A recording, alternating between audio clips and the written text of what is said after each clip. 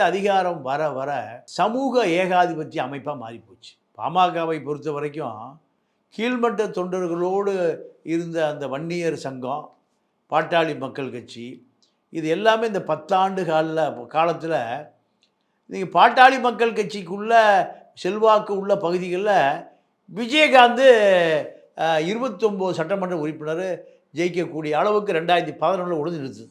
விஜயகாந்தினுடைய அரசியலே எங்கே வருதுன்னா பாமக பகுதியில் தான் வருது. அப்போ பாமக அழியுதுன்னு தான் அர்த்தம். அதனால தான் விருத்தாச்சலம் ரிஷிவந்தியோன்னு வடக்கே கன்செப்ட் விஜயகாந்த் நிற்க முடிஞ்சுது. பாமகவுடைய வாக்கு வங்கி அப்படியே எங்கே போச்சு? விஜயகாந்த் போச்சு.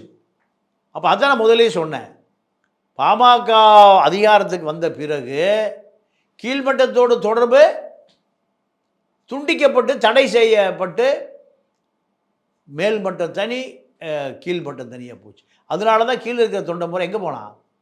விஜயகாந்த்கிட்ட போனான்.